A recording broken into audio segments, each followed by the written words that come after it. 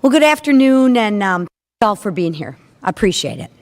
I'm going to try really hard to stick to my remarks, but after what I witnessed in this hearing today, I got to be honest with you, it's going to be really, really difficult. Today's hearing was about something that should have not been controversial. Parents deserve to know what's happening in their children's school. Now, how controversial is that? I mean, think about what we're arguing about. Parents want to know what's happening in school. Oh my God, you want to talk about a controversy? Forget about what's going on in Iran. Let's talk. These parents should not have a right to know what's going on with their kids in their school. This is what we're talking about. You want to talk about crazy versus common sense? Good grief. But I'll tell you what the hearing did. It raised fundamental questions. Who should have, ask yourself this, who should have a final say in a child's upbringing and education? I don't know about you, but I kind of think the parents would win that argument, right? People in Loudoun County, administrators there, especially Dr. Spence, he may think different. But the answer is really simple. Hypothetically. Right, hypothetically speaking, right. It should be the parents, not the bureaucrats, not the administrators, and not the school board. Really, simply put, common sense, parents should have a say in their children's upbringing and education. Unfortunately, across the country, we've seen many examples of school districts forgetting about the basic truth. Parents deserve transparency, not secrecy. And if they're so secret, you got to ask yourself, what are they hiding?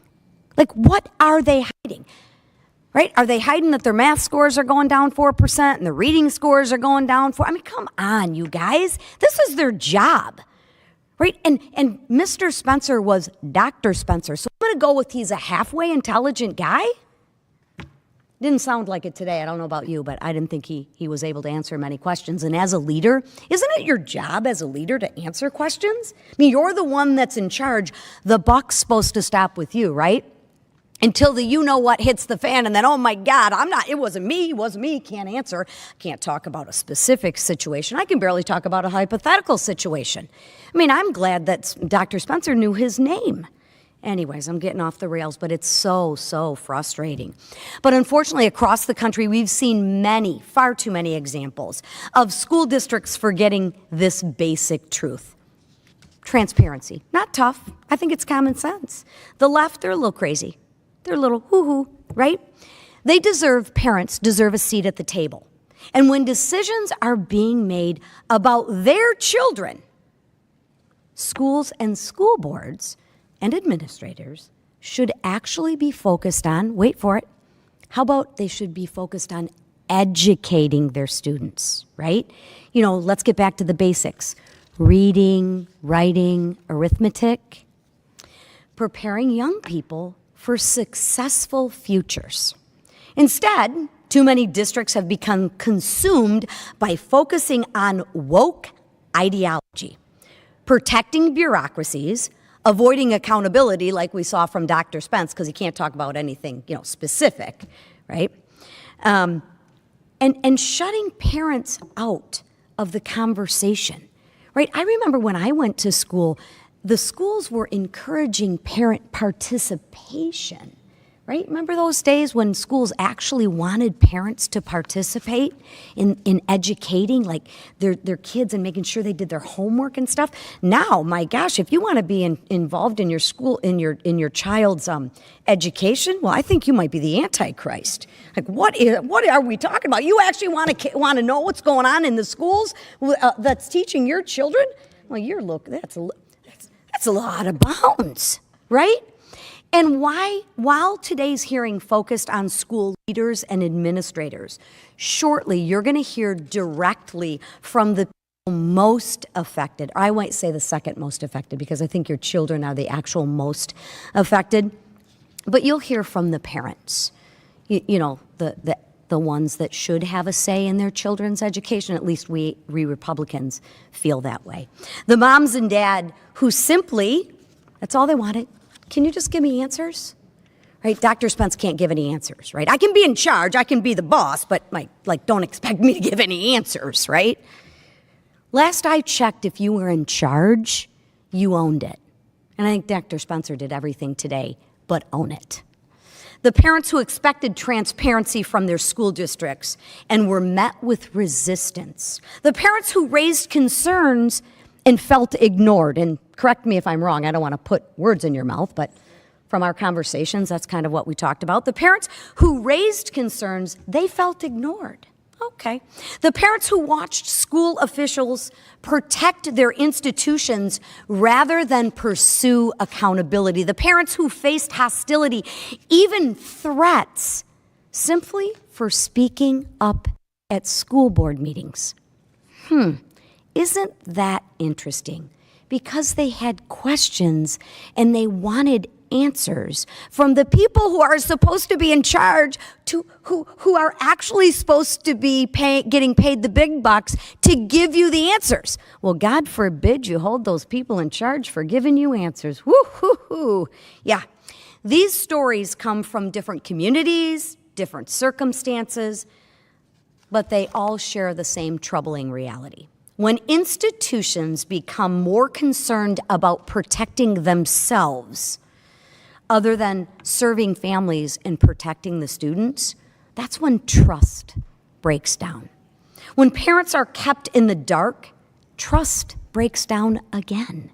And when concerns are dismissed, trust breaks down even further. When accountability takes a backseat to protecting the system, guess what? Trust breaks down again. And when parents are made to feel unwelcome in decisions involving their own children, guess what? Trust breaks down. The parents standing with us today are not political advocates. They're parents. They're moms and dads who care deeply about their children, and they also care deeply about their communities. They're doing exactly what we want parents to do. We want parents to stay engaged. We want parents to ask questions. And we want parents to advocate for their children. That's common sense. That's normal. That should be encouraged, not discouraged. And that's why we're here today, to ensure their voices are heard, to shine a light on their stories, to give you the other half of the truth, and to remind school districts across the country, the parents are not the problem. So Dr. Spencer and all you administrators who think you're in charge but refuse to act like you're in charge, get a mirror out and look in the mirror, because right now, you're the problem. Parents are responsible for the lives, success, and upbringing of their children, and they have a right to know what's going on, not to be shut out. And that's why I'm proud that Chairman Walberg held this hearing today to uncover the disgust and what's truly going on in these school systems, because God forbid we got to protect the schools. What about the children? I ask you this. Who's supposed to protect the children? So now I'd like to turn it over to my fellow Michigander, the chairman of our committee, who decided to hold this hearing, and I think we're very grateful that he did, Chairman Walberg. You can use my box if you want. That's how it feels to be chair of the conference. Wow. You can see why I'm glad to have someone with a little bit of enthusiasm on my committee, and appreciate you. Appreciate you, parents. When I first was given I feel strange up this here. I know. Here, let me move it for you. Pull it back just a little bit. No, it's really because my bifocals don't go down that far. When I became chairman of this committee, I said, if we get three things right, we'll do very well. And those three things I haven't changed.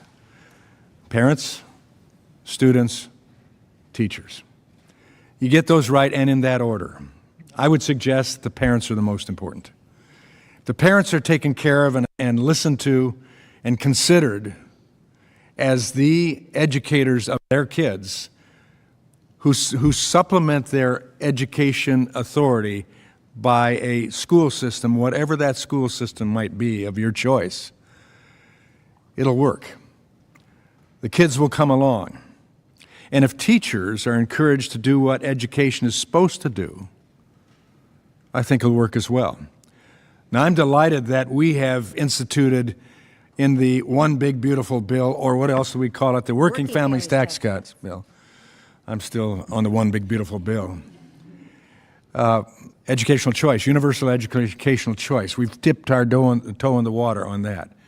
That gives the opportunity, but the other side will fight back, and we saw that today. We literally saw an evidence of that old children's book that had that phrase, "The king has no clothes." And they were trying to foist the belief on us that they had clothes and what they were doing for the best interest of the kids. The Northwest Ordinance says something. It says something because you can still read it.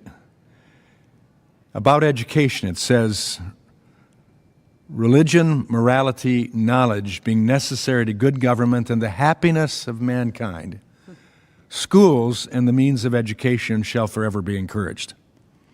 I like the fact it talks about schools, but also the means of education. And it starts with religion, morality, knowledge. Those have to go hand in hand. What we saw today is the reason we've got the problems.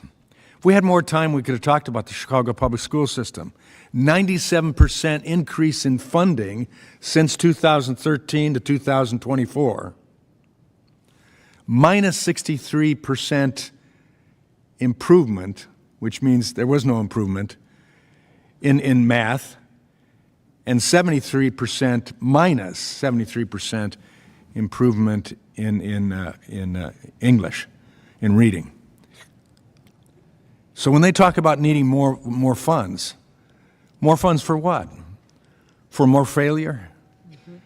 And I think ultimately what you folks are doing in giving oversight, attempting to give oversight to your schools, and when they said today they don't look you as negatives, well, yes, they do. You're to be managed, and you weren't managed. And so you become domestic terrorists, potentially, at that point. And that point, education stops being what it needs to be in a conducive environment. And then, as I said earlier on, early on in my final statements, we're encouraged to follow the science. Follow the science.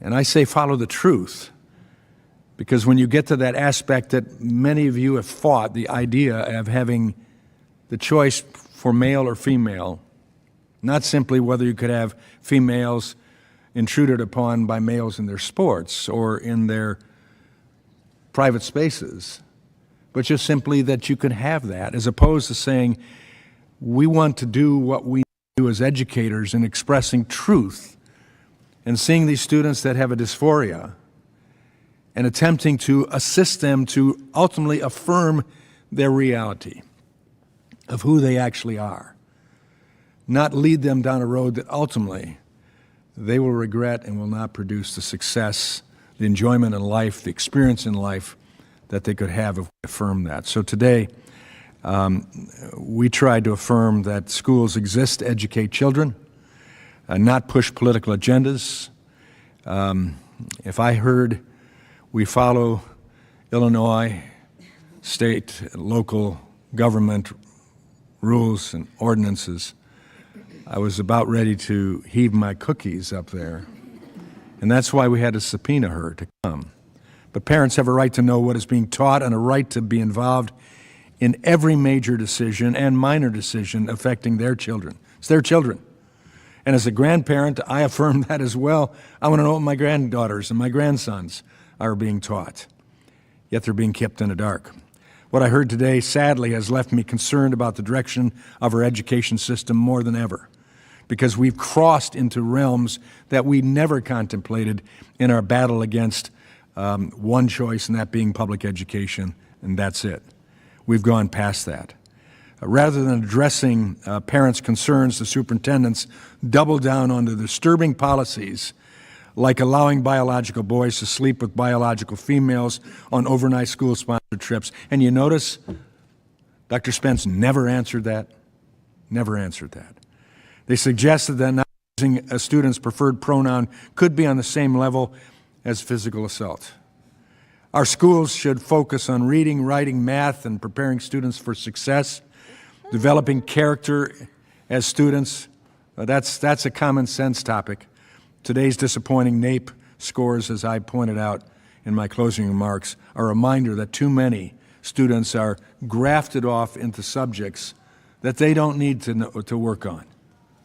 They'll figure out those themselves, and most importantly, the parents will be there to assist them in the process. At a time when student achievement is declining, parents deserve transparency, students deserve safety, and schools must be accountable to the families that they allegedly serve. We did not see that in the room today, except possibly with Superintendent Sue. San Francisco is a strange place. And she may indeed be listening to a majority of her constituency there. I hope not, but San Francisco is a different place. But I was raised on the south side of Chicago. It's not gone that far away to what we saw today. So we need to keep fighting. Jonathan Edwards was a signer of the Declaration of Independence, a man who I think understood what we're facing right now. He says, a republic once equally poised must either preserve its virtue or lose its liberty. You folks have lost your liberty to a great degree in educating your kids with your choices and then stepping up for your kids. And that's an issue of virtue. And so I think we need to redouble our efforts, and I appreciate the fact that you're here, you're standing with us. Our committee is not backing down simply because my Democrat colleagues say that we are entering into spaces that are a waste of time. No, they aren't. This is the future of our country. And you break down morality, the family, and education, and you can control anything else you want. Lisa and I aren't willing to let that happen, so we're glad that you're with us. And now I guess Ian Pryor, Senior Counsel at America First Legal, we want to hear from you. Thank you very much, Chairman Walberg, for holding this hearing and really exposing what Loudoun County Public Schools has become over the half-decade, really since the school board turned over from a moderate, responsible board to one that is committed to a social experiment in political ideology. And thank you, Chairwoman McClain, for having the exchange with Mr. Spence that so many parents in Loudoun County wish they could have had. That was amazing to watch. Hypothetically or otherwise. Hypothetically. I've actually represented almost all of the parents on up here in some manner or another against Loudoun County Public Schools. And I've also fought against Loudoun County Public Schools as a parent for the past 5 years. And the fight has really been to try and get them to comply with the law. But really, the pillars of Loudoun County Public Schools, as somebody that has fought them in court and outside of court, are illegality, ideology, and incompetence.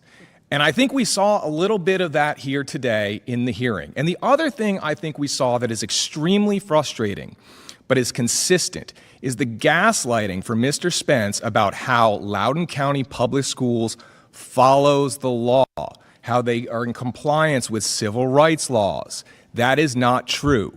Somebody tell me where in the law it says that a boy who claims to be a girl has greater rights in a girl's restroom than a girl. It does not exist. In fact, that is sex discrimination against the girl. But you heard Dr. Spence say, well, there's a case in the Fourth Circuit that handles this. No, that case did not handle this type of situation. It did not go that far. And in fact, both Title IX and the Virginia Constitution say that it is indeed permissible to separate facilities on the basis of sex. What about locker rooms? Where does it say that a boy can go into a girl's locker room and change while girls are changing? I couldn't find anywhere. And again, he cites this Fourth Circuit case. That Fourth Circuit case did not say that. In fact, it went out of its way to say that this decision does not apply to locker rooms. So he's gaslighting the committee. Where does it say that a boy can sleep in an overnight facility with a girl? What law says that? Again, can't find one. Seems Title IX allows that to be prohibited.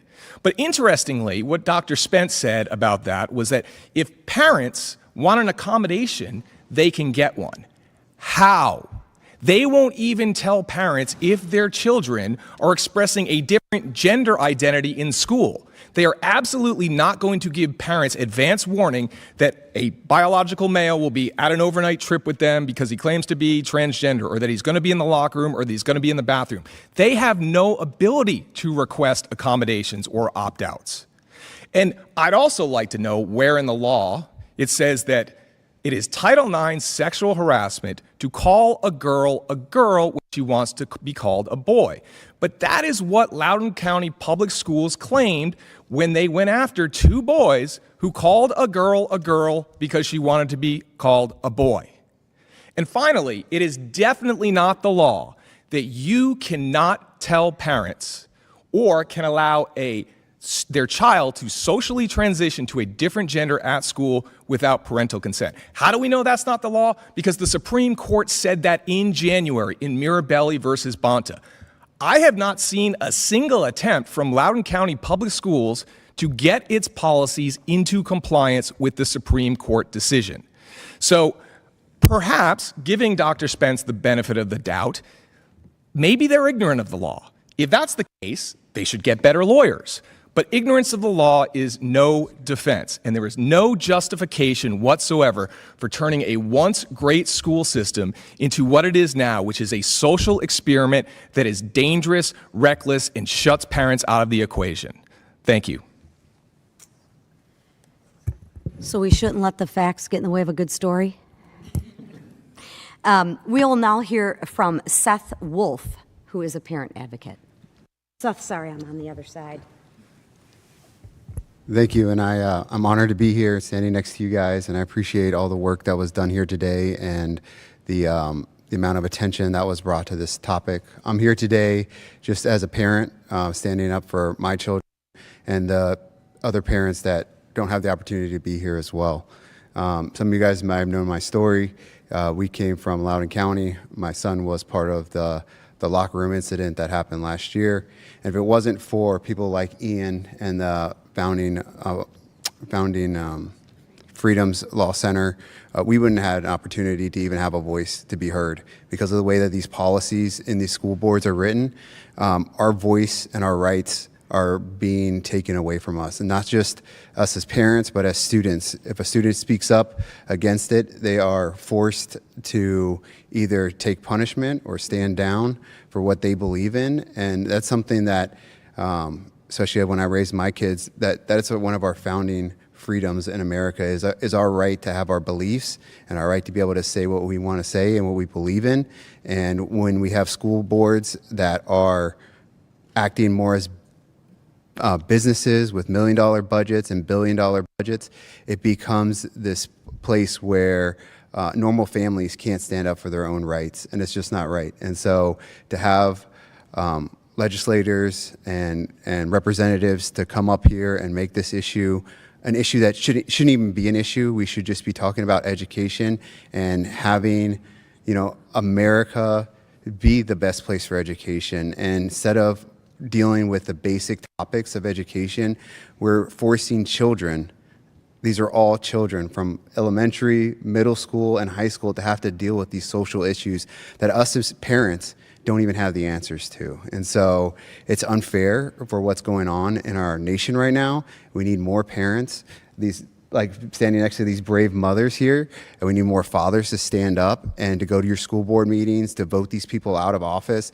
that aren't leaders. We need strong leaders to stand up and to do the basic things, and that's protect our children, protect our rights, and educate our children so we can secure our future.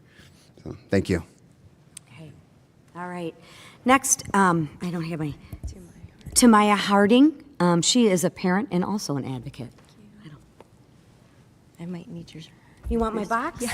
All right, I'll get it for you. Thank you. She's short on one end, too. Thank you. Thank you so much for giving all of us parents this opportunity to speak and let our voices be heard, because as you heard already from everyone else, that's something that has been, they've tried to take away from us. But when it comes to our children, you know, you can hurt us all you want, but when it comes to our children, we won't cease. And as a matter of fact, we'll even bark harder and work harder, and we have each other. Our family story was about 3 or 4 years ago when my daughter and 3 other girls came forward with sexual harassment and sexual assault charges against their AP chemistry teacher. And the county tried to brush it under the rug. They refused to open up a Title IX investigation. They said that it did not fit a Title IX criteria, which we all know that's what Title IX was made for. What we learned through the grueling 17-month process that should have taken 3 months was that they tried to shut us down as parents at every angle. They tried to use our love for our children as a way to make us stand down and frighten us. And our daughters' lives have been forever changed. In the end of the 17 months, I'm the one that requested the Title IX investigation. They shut it down. They said no, as I mentioned earlier. We appealed, and a third party using our tax dollars was invited into the case, and they said, yes, open up the case, absolutely, this is Title IX. What was really hard for me to hear today was that Supervisor Spence said that after he came on board, there was a restructured Title IX. Well, we didn't see that.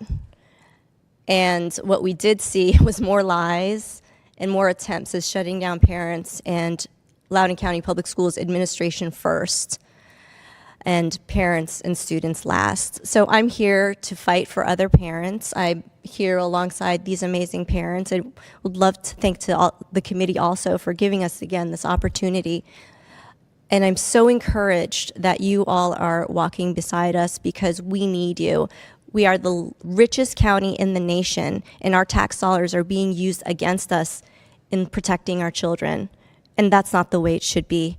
As Ian said, we had all come here because of the great schools, and now they've failed our students. My daughter was robbed of her high school experience. She could not go back to school. They refused to give her at-home teachers. And her senior year, we were grateful that she wanted to go back to a private school. It should not happen to anyone else, and that's why we're all here. And we thank you again for your support, and we look forward to seeing how this committee hearing will be used in the future. Thank you. And I think a little is missed too is, I pray, and I'm sure Chairman Walberg shares the same sentiment, for your children. And I am sure that this experience, as horrible and tragic and disappointing as it was, I pray that they are stronger. I pray that they are more convicted in their beliefs. It's sad and it's disgusting that they had to go through this, but I have a belief that I think they'll be better. I think because of this, and they will be an example. And if you could just take one piece of advice and give it to them, we are here for them in whatever they need. God bless them. Now we'll hear from Alicia Brand, who is also a parent advocate, who also needs my stool. I do need the stool. Hi, everybody. I wrote down my remarks, and the reason I wrote them down, I usually speak right off the cuff, is because this has been an incredibly emotional journey for the last 6 years. So none of this is new. This is just getting worse year after year. My name is Alicia Brand. I'm a mom of 3. I'm a former Loudoun County Public Schools parent. My kids are now in private school, and it was the best decision, aside from the terrible expense, that we did for our kids. It was the right thing. And I'm also the founder of an organization called Army of Parents. I never planned to be an activist. I never wanted that. I wanted to focus on my kids and their friends and their homework, and I was a really awesome room mom. I was, and I worked with the school administration, and I worked with the teachers in the community for the betterment of our kids. But unfortunately, all that changed. I was very trusting of the schools, but my trust, that never survived. Why? Because I started asking questions about some questionable things that my children and your children and all of your children were being taught in school. And I was really concerned about some major safety violations that were happening behind closed doors. And I asked for answers. I didn't get those answers. You know what I got? I got targeted. Radical activists that we nicknamed Chardonnay Antifa. I'm sure you've heard that term. I think that was Ian that came up with that one, Chardonnay Antifa. They put together what could only be described as a hit list. And my name was on it. And their message landed: speak up and get targeted. Then came the Loudoun Love Warriors. Crazy name, I know, but that's what they called themselves. Same playbook, same radical activists, different year, but an expanded hit list. Harassment and death threats were made to me. The phone calls started, almost 80 of them. Threats. They were anonymous. The police were involved. They sat outside my house for almost a month. I had to explain this to my children. No parent should ever have to explain that their mother's life and their lives are being threatened by activists just because we want to know what's going on in schools and we want to keep them safe. Meanwhile, the NSBA sent a letter asking the FBI to treat concerned parents as potential domestic terrorists. Loudoun School Board, and our superintendent helped feed that narrative that pointed the federal government at parents like me. Our own government, our own school district, opened the door to treating us as domestic terrorists for showing up at public meetings and speaking out about what our children were learning in school and the fact that they were not kept safe because of certain policies in our school. But it wasn't over then. One more thing. Actually, many more things. But then the Southern Poverty Law Center, who worked, this is important, who worked with Loudoun's radical activists and whose lessons plans Loudoun is still using. They put Army of Parents and me on their hate group map. This is bigger than Loudoun County, as we all know. We saw today superintendents from across the country speaking, and you've heard amazing parents, people from Defending Ed. Their parents are from all over the country. Army of Parents is really Virginia-based, but we're also all over the country. Fight for Schools, amazing parents from everywhere. This is about all of us. When parents parent, when we ask questions, when we set boundaries and sound alarms, we're met with a coordinated effort to silence us. School systems, like Ian Pryor just said, have become taxpayer-funded activist machines built to push ideological and political agendas that some consider child abuse. I've watched the ideology and policies driven by Superintendent Spence target students and then victimize them. What I've seen from Dr. Spence and some on the school board isn't just a failure of leadership. It's knowingly reckless indifference, and it's harmful. And frankly, it invites the kind of behavior that puts both parents and students in danger. And I have to ask this question. Is Loudoun colluding with radical activists? With Loudoun for All, a PAC that's in Loudoun County, with other PACs, with NGOs to silence parents? It sure feels like it. Today, parents finally got a voice. Thank you, and I really appreciate that.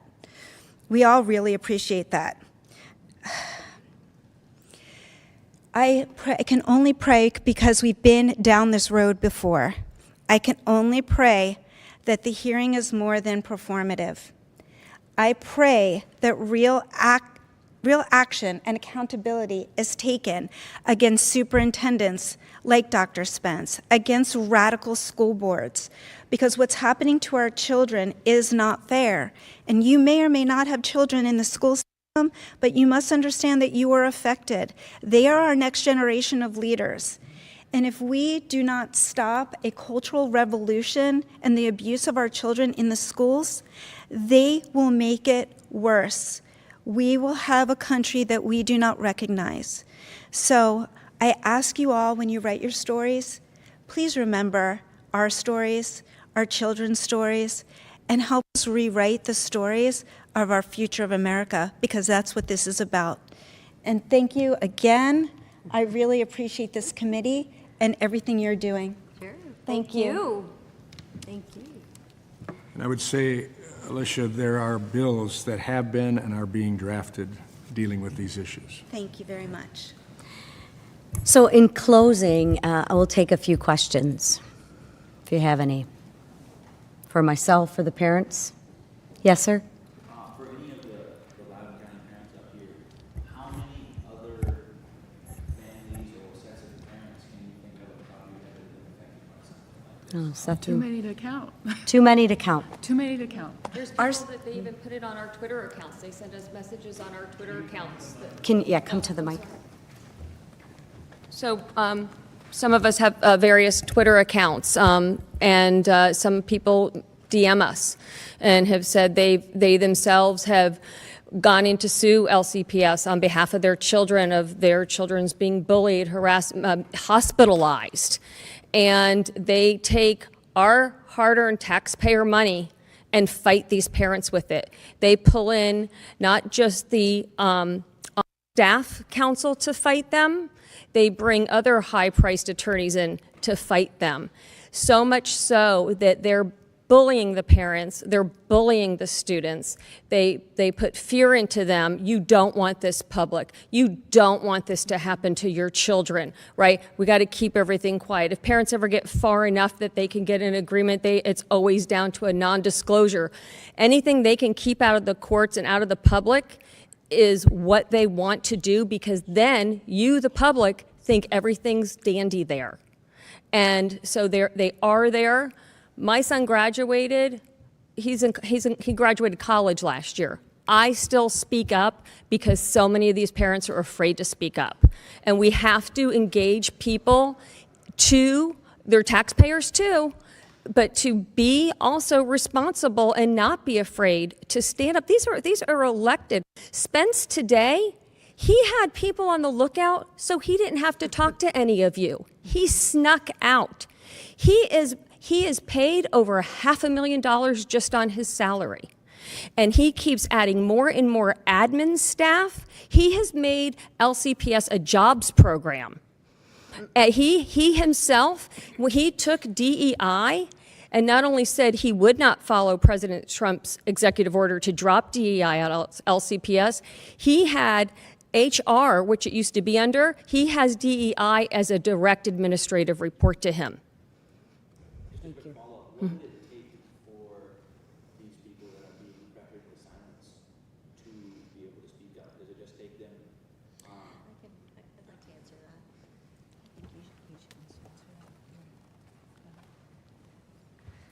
A lot of times, because of the reasons that Suzanne just mentioned, the knowledge that there's so much money and power involved in Loudoun County public schools, a lot of the parents are afraid.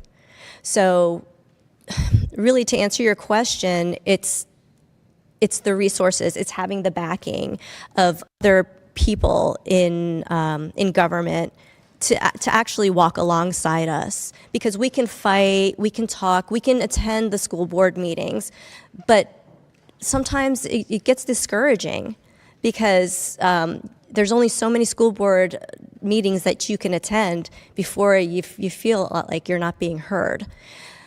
Well, and remember, parents' jobs have been at risk. Parents have been worried about losing their jobs.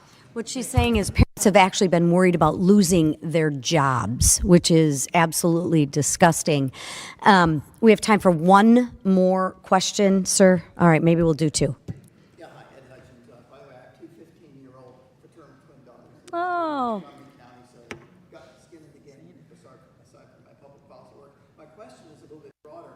To what extent do you see parental choice, which we have in Florida now, you have in Texas, lots of places like this, basically scaring the government schools into, hey, you want to lose all your funding? You know, you better shape up.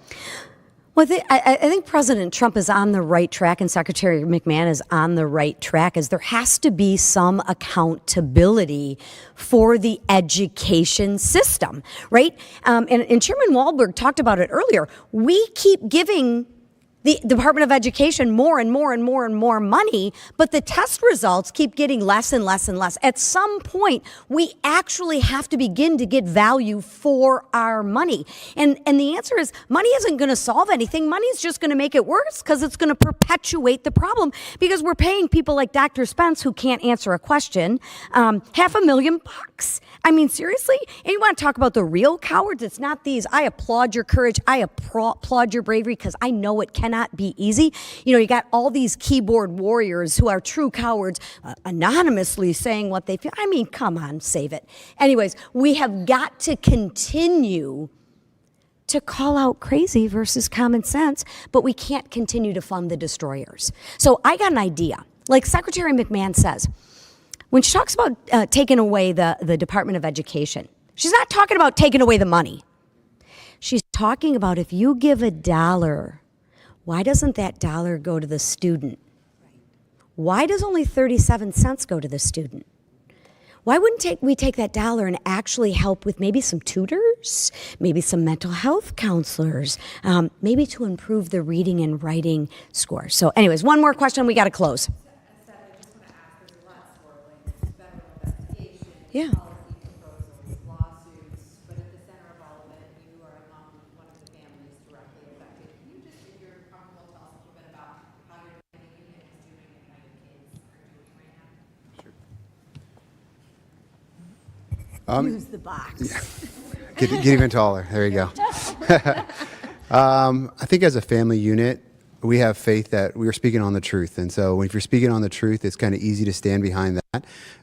It's common sense to us. And we have a large community of people that I think if you ask the majority of everybody that's involved in situations like this, the truth is it's not hard to see. And we're not doing anything besides trying to stand up for our beliefs and our rights.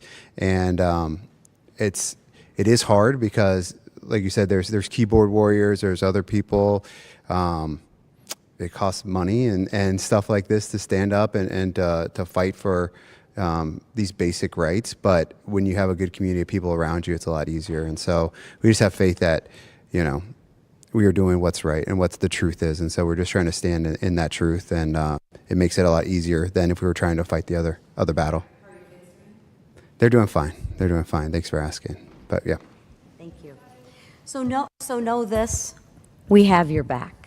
And whatever we can do to help, we are committed to doing it. So thank you for covering this. Thank you for that, to have the courage, and thank you. Have a good day.